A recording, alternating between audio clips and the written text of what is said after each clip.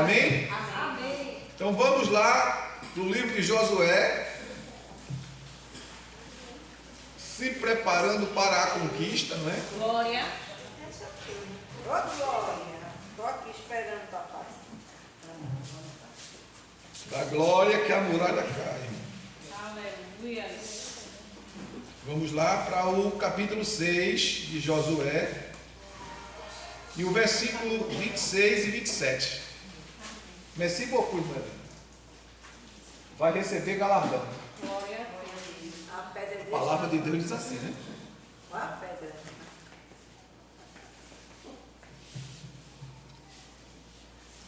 Josué capítulo 6, versículo 26 e 27.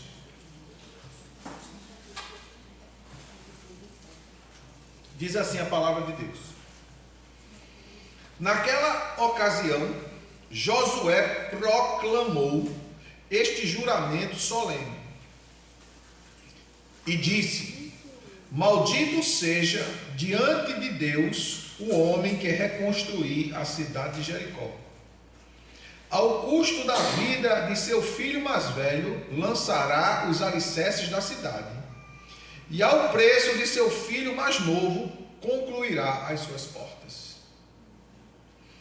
E Deus esteve com Josué, cuja nobre fama divulgou-se por toda a região.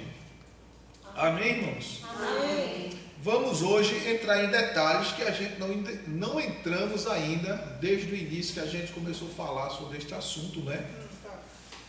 Que é a conquista da cidade de Jericó, né? E nós falamos sobre o capítulo 6 e entramos em várias linhas dentro do próprio assunto. E hoje nós vamos falar um pouco sobre coisas que a gente às vezes nem imagina que Deus quer de nós e que a gente não vigia, que a gente não presta atenção, que a gente não tem a atitude certa que se deve ter. Então, Jericó representava um empecilho para a conquista de Israel. No caso, a cidade fortificada, ela simbolizava um empecilho para a conquista de Israel, pois ficava no caminho que levaria Israel a desfrutar da promessa de Deus. E então, reconstruir Jericó significava recolocar obstáculos de volta na vida da nação. Ou seja, Deus havia determinado ao povo que aquela cidade ela deveria ser derrubada. E não apenas ela deveria ser derrubada, ela deveria ser extinta completamente e nunca mais ser reedificada. Porém, para que isso não acontecesse, Deus usa a boca de Josué e diz que aqueles que tentarem construir a cidade, o seu filho mais velho morrerá no começo da construção. E na conclusão da construção, o filho mais novo também morrerá. Ou seja, são perdas irreparáveis. Porque nada paga o valor de uma vida. Não existe valor que limite a vida do ser humano, não é? E diante disso, a gente observa que a destruição das muralhas não era apenas simplesmente por destruir, mas ela tinha significados espirituais, morais e éticos para a nação de Israel. Então eu coloquei aqui alguns dados para que a gente analise e aprenda o que é que Deus quer dizer com a gente. Quer dizer para nós, para a gente nesta tarde. As muralhas de Jericó, que projetavam a cidade neolítica. O que significa a palavra neolítica? Significa período da idade da pedra ou período da idade da pedra polida.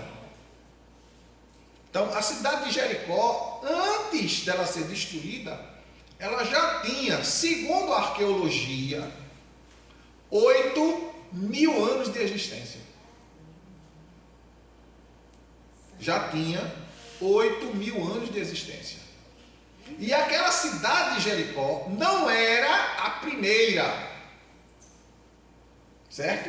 Porque as outras cidades que foram construídas tinham sido derrubadas e sempre eram reconstruídas justamente naquele local, porque aquele local era um local estratégico. Eram construídas em pedra e tinham uma altura de pelo menos 4 metros, apoiadas por torres de vigia com cerca de 8,5 metros de altura. A largura das muralhas variava entre 2 e 5 metros. A largura do muro, porque isso dependia da localidade da cidade, da muralha da cidade. Eu vou explicar mais na frente.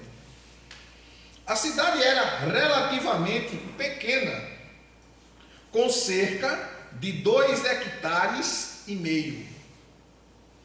Sabe o que significa 2,5 hectares? Essa cidade tinha 30.000 metros quadrados. A gente olha assim, pelo número, né? 30.000 metros quadrados, para hoje é pequena. Para aquele período, era grande. Vocês estão entendendo? Hoje, por exemplo, tem aquele conjunto residencial ali no Porto da Madeira, era mais ou menos aquele terreno ali todinho. Que quando você vê de fora, você acha pequeno, mas quando você entra, é grande, não é? Então, 30.000 metros é relativamente grande.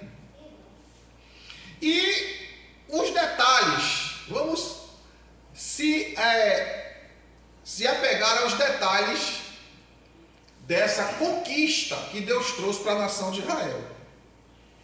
Então, eu detalhei aqui algumas coisas para que a gente analise. A altura. As muralhas tinham pelo menos 4 metros de altura. Algumas fontes indicam que a altura total da estrutura, incluindo o muro de contenção, podia chegar a 9 metros. Ou seja, não era uma muralha única não, irmãos. Existia uma muralha antes da muralha principal, que era chamada de muralha de contenção. Por exemplo, porque aqui no Porto do Recife, no Marco Zero, se vocês chegarem lá, vocês vão ver uma barreira de contenção feita por pedras.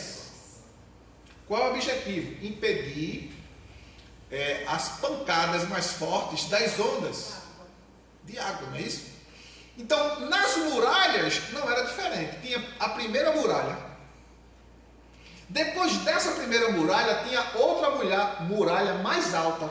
E nessa muralha havia, em cima da segunda muralha, uma torre que chegava de 8,5 metros a 9 metros de altura, em cima da segunda muralha. E de lá de cima ele conseguia ver todo o território de Jericó. E não era uma só não, eram várias. Porque o formato da cidade de Jericó era como um hexágono. Você sabe o que é um hexágono? É uma muralha com 6 pontas. Ela não era redonda, certo? Porque elas precisavam de encaixe. Então, como elas precisavam de encaixe, e em cima desses encaixes ficavam as torres, que vigiavam os 6 lados do território de Jericó. Não era apenas as muralhas, porque as muralhas eram onde os habitantes ficavam abrigados. aonde eles guardavam o gado, onde eles guardavam a colheita, onde eles estavam abrigados de assaltos e de assédios de outros povos. Contudo, a cidade inteira, o território de Jericó, estendia-se desde o mar da Galileia ao norte até o mar Morto ao sul. E tinha 2.400 quilômetros quadrados. E Israel precisava entrar no território, porque era uma terra da promessa. Era a terra que mana leite e mel. Era a terra onde eles iam viver, onde eles iam procriar, onde eles iam se estabelecer. Mas para que eles entrassem nessa terra, eles tinham que derrubar as muralhas da cidade. E como eu disse a vocês, era como um hexágono. Quem já viu aqui a foto do Pentágono, que fica em Washington, lá nos Estados Unidos? Já viu? Por que é pentágono? Porque ela tem 5 pontas. E a cidade de Jericó era parecida com aquilo ali, só que era no formato de um hexágono. As 5 pontas, as 6 pontas, porque tinham as torres em volta da cidade. Então, de todos os lados, quem viesse, os habitantes de Jericó, os soldados que ficavam de plantão nas torres, viam e notificavam: vem gente aí, vem alguém aí. E automaticamente a guarnição saía para encontrar com aqueles que transitavam pelaquele caminho. Por quê? Eles queriam impostos, eles queriam saber por que eles estavam vindo ou por que estavam indo. Era uma questão de segurança para o seu território, para o seu povo.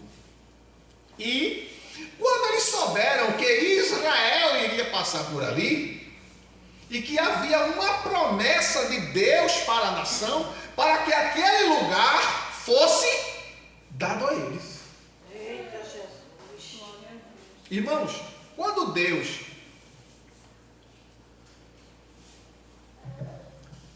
nos promete alguma coisa, sempre o inimigo vai colocar algum obstáculo no caminho, É assim mesmo. para que você não se aposte a bênção. Certo? E muitas vezes Deus dá a estratégia, como deu a Josué, para que a cidade fosse conquistada, para que a cidade fosse destruída. E um detalhe: a cidade tinha que ser destruída e não mais ser reconstruída. Agora, por que eu estou falando? O porquê disso? Quando Deus nos dá vitória, muitas vezes a gente quer voltar e ficar preso com o que, por onde passou. E Deus não quer que tu fique apenas naquilo que tu já passou. Glória a Jesus. Mas Deus quer que você prossiga para adiante. Aleluia. Que às vezes você fica preso, mas porque Deus fez na minha vida assim. Deus agiu dessa forma. Deus me fez promessa. Deus fez, você passou, você conquistou. Deus agora tem novas conquistas para você. E você não pode ficar preso o tempo todo lá atrás. Porque às vezes a gente fica preso lá atrás, lembrando das vitórias do passado. Mas Deus tem vitória para você no presente e no futuro. E às vezes a gente precisa deixar o passado de lado. Eu não estou falando esquecer, porque a Bíblia diz: lembra-te da mulher de Ló. Manda a gente olhar para trás, para o passado, para que a gente não tenha a mesma atitude dela. Deus manda a gente olhar. Lembra-te de Abraão, nosso pai na fé. Paulo fala aos Romanos, o escritor aos Hebreus fala. O capítulo 11 de Hebreus fala dos heróis da fé, homens de exemplo, que a gente precisa olhar. Jesus disse que o sangue de Abel até hoje fala, clama. A Bíblia não está dizendo que a gente esqueça, mas a Bíblia está dizendo, está nos ensinando que a gente não pode ficar apenas naquilo que conquistamos lá atrás. Deus tem coisa nova para mim e para você. Aleluia. Glória a Deus. Amém, Jesus. Deus tem coisa nova. Deus tem vida nova. Deus tem renovo. Deus tem novas conquistas. Deus tem novas estratégias para você. Louvado seja o teu nome, Senhor. E você precisa sair daquela visão do passado. Você fica lamentando e falando e conta história, e foi assim, e foi assado, e Deus fez isso, e Deus fez aquilo. E o que Deus está fazendo agora? Glória a Deus. Glória a Deus. E o que Deus está fazendo agora? E o que Deus quer fazer lá na frente com você, e você está impedida de receber, porque você só está olhando para trás.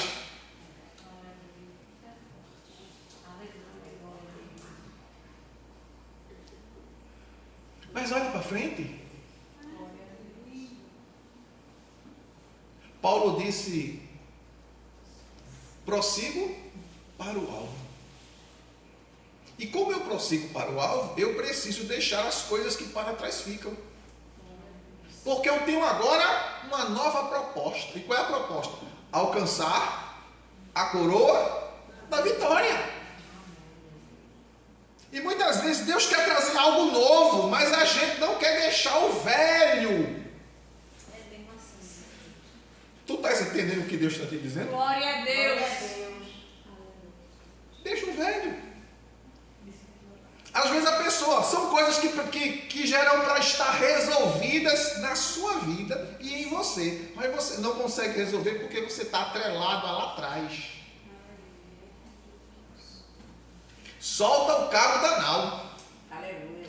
Toma os remos na mão e navega. Olha, com fé em Jesus. Navega, vai-te embora. Glória a Deus. Aleluia. Solta o carro. Mas tu fica segurando. E fica remoendo. Aí diz assim: se tivesse feito de outro jeito. Mas não fez. Se eu tivesse ido de outra forma, mas tu não fizesse de outra forma. Então tu precisa se conformar com o erro que cometeu, com o adendo que aconteceu lá atrás, e precisa viver algo aquilo agora. Aleluia. Vai-te embora. Porque senão tu vai ficar preso lá atrás. Em vez de tu ter a bênção da conquista, tu vai ter a maldição da destruição. Isso é um fato. Isso não é uma invencionice.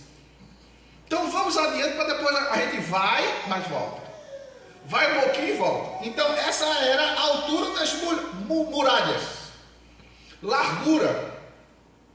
A largura das muralhas era cerca de 2 a 5 metros, dependendo da localidade da muralha. Como ela era um hexágono, tinha lugares que a muralha ela tinha uma largura maior.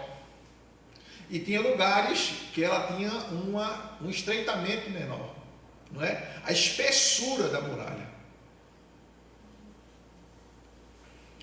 Torres de vigia. A estrutura era reforçada por torres de vigia ou redutos com cerca de 8,5 metros a 9 metros de altura, 8,5 a 9 metros de altura.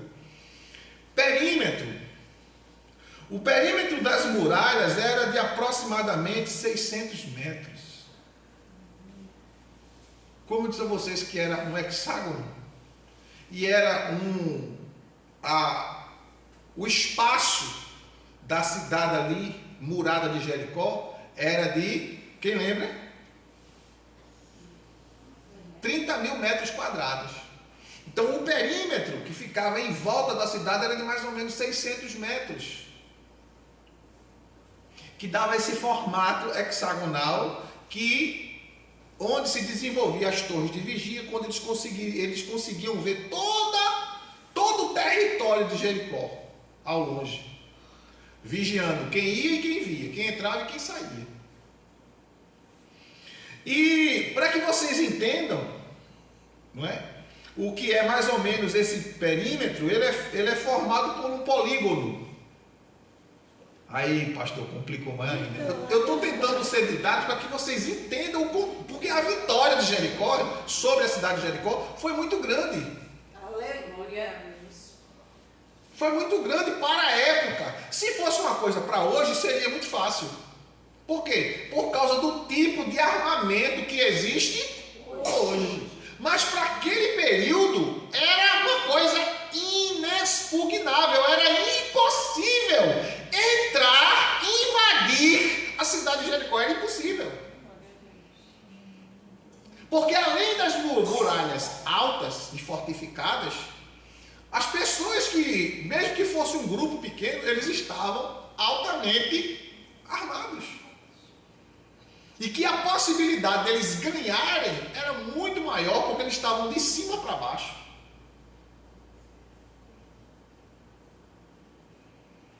Armados, supridos de tudo, porque dentro não faltava nada. Para os irmãos terem uma ideia, Jericó era conhecida como a cidade das águas termais. Brotava debaixo da terra de Jericó águas, mananciais de água. Então lá não faltava água. Águas límpidas. É tanto que o rei Herodes, na época de Jesus, ele fez casa de veraneio para ele tirar férias lá. Porque lá tinha as piscinas termais, na cidade de Jericó. Era uma cidade rica em água. Num lugar deserto daquele, era um paraíso. Os homens ricos daquele período, eles moravam em Jericó. Zaqueu morava onde? Em Jericó. Zaqueu era pobre ou era rico? Rico. Herodes ia tirar férias aonde? Jericó. Os homens ricos iam para lá tirar férias, e tinha gente que morava lá. E quem morava lá eram os funcionários da cúpula romana. Porque além de ser uma cidade bonita, era uma cidade que não faltava água. Não é? Para um período de sequidão, onde tudo tinha que se conduzir, eles fizeram um sistema de distribuição de água em Jericó, que para morar em Jericó o cara tinha que ter condições financeiras. Entendeu? Então, quando o povo foi invadir ali a cidade de Jericó, Deus deu as estratégias para eles invadir, porque humanamente falando era impossível invadir a cidade de Jericó. Não tinha como. Muralhas duplas. A primeira tinha 4 metros, a segunda tinha 9 metros. Não, de altura. Para você subir numa muralha de 4 metros, já é difícil, ó. Essa parede aqui do templo, daí do piso para lá, não dá 3 metros de altura. Imagine 4 para você subir. Imagine 9 metros de altura. Quando você conseguir subir lá de cima, o cara lhe acertava com uma flecha, você caía. Funda, que eles usavam muito funda para derrubar, para atacar, e assim sucessivamente. E dentro dessa questão, temos o tamanho da cidade. A cidade era relativamente pequena, não era uma cidade grande, com cerca de 2,5 hectares, que equivale a 30 mil metros quadrados, porque um hectare de terra equivale a 10 mil metros quadrados. Então ela tinha 2,5, dava 30 mil metros quadrados. Com tudo que o ser humano precisava, tinha lá dentro. E aí, irmãos, surge o acontecimento que culmina na conquista.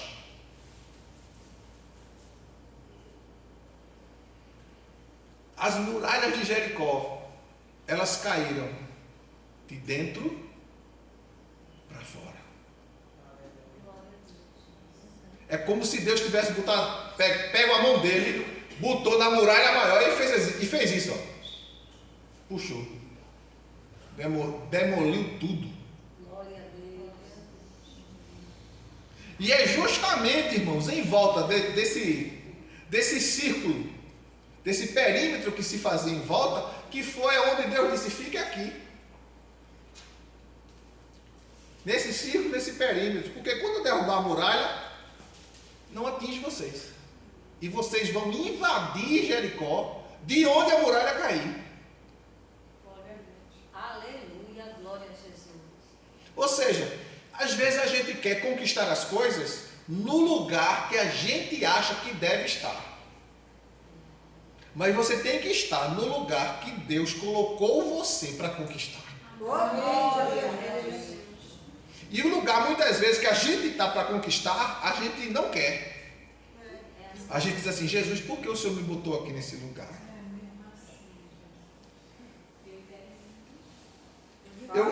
Eu não queria estar neste lugar. Eu vivo pedindo a Deus para me tirar dali, mas ele disse que me colocou lá.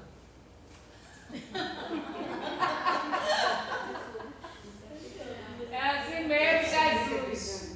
Irmãos, você vai florescer aonde Deus te plantou.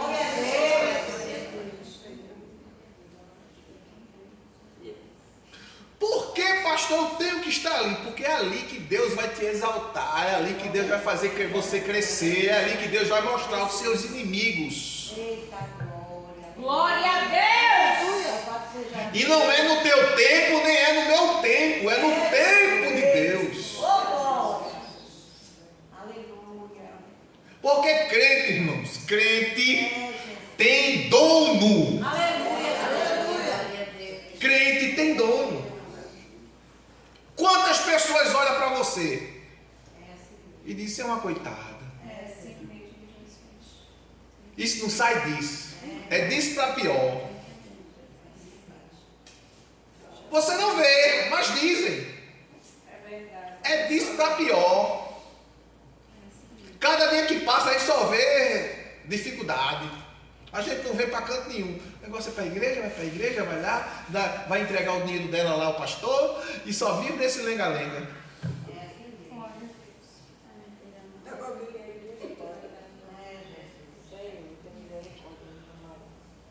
Irmãos, tu já passasse por Jericó. Deus já derrubou as muralhas na tua vida. Aleluia! Glória ao teu nome. Por que tu quer voltar? Recebe aí, Jesus. Recebe. Fala, Mas o vinho Deus. não vem. Estou ouvindo.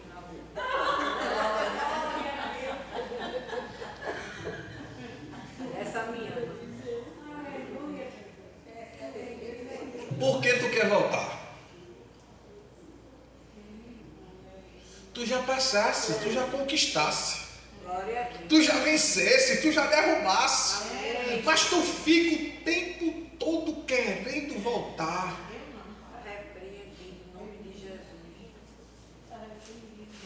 Essa conquista de Deus na sua vida já passou. Desfrute dela. Deus já conquistou o que era impossível para mim e para você. Ele já conquistou e já lhe deu. Mas sabe como é? Crente que saiu do Egito, mas o Egito não saiu dele? Fica assim. Quando eu não era crente, eu não passava por isso. Quando eu não era crente, eu não sofria tanto assim. Quando eu não era crente, não passava uma situação dessa. E fica lembrando o tempo todo. No Egito, eu todo final de semana eu tomava minha cervejinha e comia meu churrasquinho. Agora, depois de crente, nem churrasco eu tenho. Uma pessoa que só podia falar do Egito. Irmãos, tu não come churrasco. Mas tu pode não comer o churrasco. Pode não comer o que tu queres, mas eu tenho certeza que tu come do melhor da terra. É assim mesmo, Jesus. Porque tu pode até pensar que churrasco é saudável. Que churrasco é gostoso, que churrasco é bom. Mas no final de tudo, churrasco não é essas coisas não. Glória a Deus. Pastor, e comer carne assadinha na brasa é uma delícia. Mas vai olhar o efeito dele, o ácido úrico aumenta. Está lá no céu. Não é? Vai lá para cima, vai dar rachadura nos teus calcanhares, nos teus pés. Não é? E essas rachaduras, muitas delas incham, inflamam, que não fica sem aumentar nem botar o pé no chão. Mas é tão gostoso, pastor. O triglicerídeo também vai lá para cima. Não é? O processo digestivo demora de 48 a 72 horas. Tu começa a ficar com o intestino mais pesado, gerar mais gases, fica com a barriga meio inchada. Mas é gostoso a carne, é muito gostoso. Mas as consequências dela é que não é muito boa. Glória a Deus. Então tu não está no churrasco, mas tu estás no cuidado de Deus. Glória a Jesus. Aleluia. Tu estás, mas Jesus, eu vou comer ovo cozido de novo. Jesus, você vai comer ovo cozido de novo.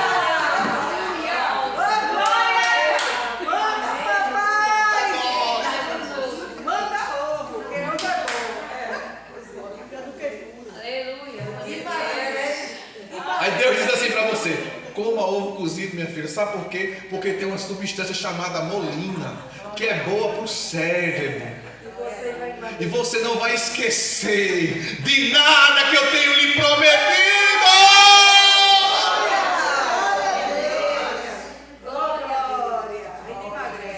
Aleluia. Pastor, eu vou comer ovo cozido, Jesus. Não engorda, não tem gordura. É o alimento mais completo da humanidade. É o ovo cozido.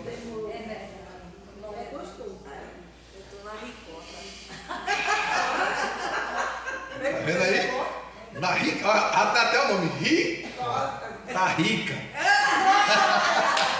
Glória a Jesus. Irmãos, glorifica a Deus, porque tu já passaste por Jericó. Não reconstrói a tua luta, porque tem gente que fica reconstruindo luta. Você sabia disso, que tem gente que gosta de reconstruir luta? Fica procurando. Saiu de uma enrascada e aí fica procurando alguma coisa para voltar. É verdade, não se mete não. Deixa. Sabe por quê? Porque pode acontecer isso contigo. Se tu tentar reconstruir, voltar para um lugar que Deus já te tirou, vê o que pode acontecer contigo. 1 Reis 16:34. Ai, meu Deus, não sei não. Não, 16. 1 Reis 16 e 34. Peraí, 16, o que? E 34. Pastor, eu escutei essa palavra ontem. 16, 34. Ui. Primeira Reis. 1 Reis 16:34. Diz assim: durante o seu reinado, Hiel de Betel reconstruiu Jericó. Vê só. Lançou os alicerces à custa da vida do seu filho primogênito, Abirão. E quando conseguiu estabelecer as portas da cidade, seu filho caçula, Segube, morreu, conforme fora determinado pela palavra que Deus, o Eterno, havia proferido por intermédio de Josué, filho de Nun. Foi verdade, ele falou isso. Ele construiu hoje. Deus falou pela boca dele que quem reconstruísse, a gente não leu isso? 6, 26 e 27 de Josué, que quem reconstruísse Jericó, o seu filho mais velho morreria no começo da construção, e na conclusão da construção, o seu filho mais novo morreria. Aí eu te digo, quanto vale a tua vida? A palavra de Deus é fiel. Irmãos, chega de ser crente menino. Crente levado por modismo, levado por sentimentalismo. Vive aquilo que Deus tem para você. Mas eu não sei o que Deus tem para mim. Ele vai te mostrando gradativamente. Glória a Deus. Ele não vai te dizer tudo de uma vez, porque se disser tudo de uma vez, tu mesmo estraga. É assim mesmo, Jesus. Tu mesmo estraga. A palavra de Deus foi essa: sai, Abraão, da tua terra e vai para uma terra que eu vou te mostrar. Glória a Deus. Para poder Abraão vir à terra, ele teve primeiro que sair, ou seja, ele teve primeiro que obedecer a ordem. Glória a Deus. Obedece o que Deus te manda, que gradativamente tu vai vendo o que Deus vai fazer. Amém, Jesus. Mas se tu ficar o tempo todo, é porque, sabe aqueles crentes que Deus está chamando para o serviço, convocando para a obra, ele fica, mas por quê? Eu não tenho tempo. Eu não posso. Não dá certo. Eu não tenho hora. Deus vendo tudo isso. Deus não chama crente desocupado, não. Deus chama crente ocupado. Glória a Deus. Desocupado não serve, desocupado é preguiçoso, desocupado é sem compromisso, desocupado é sem responsabilidade. Quem tem ocupação é porque é uma pessoa de responsabilidade. Glória a Deus. Obrigada, Jesus. Então não volta. Não fica te alimentando de coisas que tu já conquistou. Tu conquistou? Amém. Vai em frente. Sabe por quê, irmãos? Até o dia de hoje, os conflitos em Israel, a nação de Israel, não param? Um dos motivos foi esse. Se acomodou com a conquista. Porque quando Josué leva o povo à conquista da terra, cada um recebeu a porção de terra que era para receber. Quando receberam, ele disse, agora eu não quero saber de lutar mais não. Eu agora vou desfrutar da bênção. Que era a terra. Vou desfrutar da bênção. Aí cuidou das coisas daqui e se esqueceu de concluir. Qual era a ordem de Deus? Quando tu entrar, que tu possuíres a terra, tu extermina tudo que tiver nela, não deixa nada vivo. Glória a Deus. Mas eles ficaram tão ocupados com a bênção, com a conquista, que se esqueceram de cumprir a ordem de Deus. Eita, Jesus. Não tem jeito assim, Deus diz, eu vou te dar isso, aí recebeu. Aí ele, em vez de ele dobrar o joelho e buscar mais, em vez de ele se envolver mais na obra, ele disse, não, agora eu vou cuidar da bênção. Não, cuida daquele que te deu a bênção, que mais virão. Aleluia. Aí fica só, é porque eu tenho que fazer isso, é porque eu vou ficar lá alisando a cabeça do velho.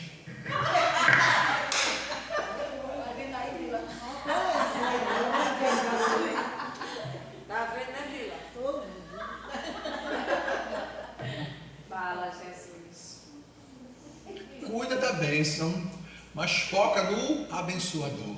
Glória a Deus. Aleluia. Cuida daquilo que Deus te deu, mas foca em Deus que te deu e quer te dar muito mais. Aleluia, Jesus. Glória a Deus. Há meses atrás, eu não sei se vocês lembram, nós estávamos aqui nesse mesmo ciclo de oração. E o Senhor me mandou falar uma palavra, não sei se vocês lembram, que Jesus nos orientou a dizer, diga que peça, porque eu quero dar. Quem lembra dessa Glória palavra? a Deus. E ele nessa tarde renova essa, eu quero dar. Eu quero vos dar, eu quero fazer vocês crescer, eu quero fazer vocês multiplicar. Não interessa como está o mundo. Glória a Deus. Não me interessa como está o Egito, porque do Egito Deus cuida de você. Glória a Deus. Está tudo caro? Ei, Jesus. Está difícil? Tá. Mas Deus ainda é o mesmo. Aleluia. Ele pode mandar na tua porta. creio nisso, irmão. Aleluia. Que Deus pode mandar na porta. Eu creio. Eu era recém-casado. Jesus, como tu estás aqui. E fazia mais ou menos, eu acho que uns 10 dias. Eu casei no final de 93, início de 94. Quem vende prestação para receber, hein? Misericórdia. O pessoal fecha logo a porta. Para dizer que eu nunca gostei disso. Quando eu bati a palma, nem o som da casa você escutava, nem o pé arrastando. Tu irmã assim. Sem nada. E eu disse, meu Deus, e agora? Como é que eu vou trazer as coisas para casa? Estou eu lá, na parte de trás da casa, que atrás da casa da minha mãe só tinha o meu quarto, eu morava num quadrado de 4x4. Na frente era a casa da minha mãe e eu estava na lateral da casa, onde ficava o tanque de lavar roupa da casa da minha mãe. Estou eu lá de manhãzinha, fazendo a barba, para um carro, pergunta assim, é aqui que mora o irmão Silvio? Sim, senhor. Que mandaram lhe entregar essas coisas aqui. Glória. Glória a Deus. Na época em que a sacola de supermercado ainda era de papel. É de papel. Nossa, eu tô. Aí eu tirei 5 sacolas daquela bem grandezinha. Glória a Deus. Então Deus manda na tua porta. Eu creio. Passei por semana passada. Glória a Deus. Tá vendo tu? Glória. O senhor não falou? Aleluia. Glória a Deus. Chegou. Você já contou o testemunho? Contei na consagração. Então Deus é Deus, irmão. Deus ainda continua cuidando dos seus. Deus está preocupado com que tipo de governo está aí no país, não. A gente é que tem que se preocupar porque a gente tem que ser ético. A gente tem que ser cidadão e exercer o nosso direito de cidadão. E não se deixar levar pelas mentiras ideológicas que são divulgadas noite e dia e dia e noite pelo sistema.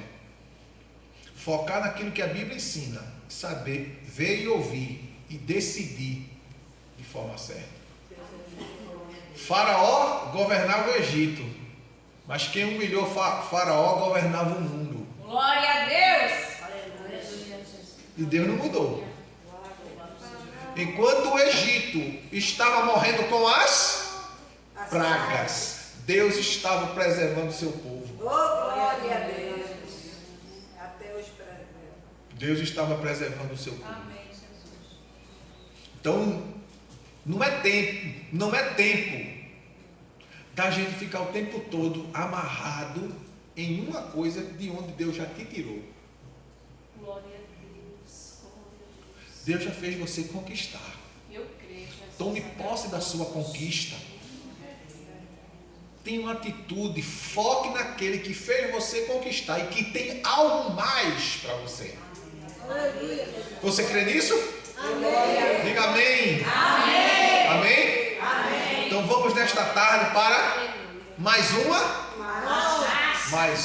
marcha. Glória. Amém, amados?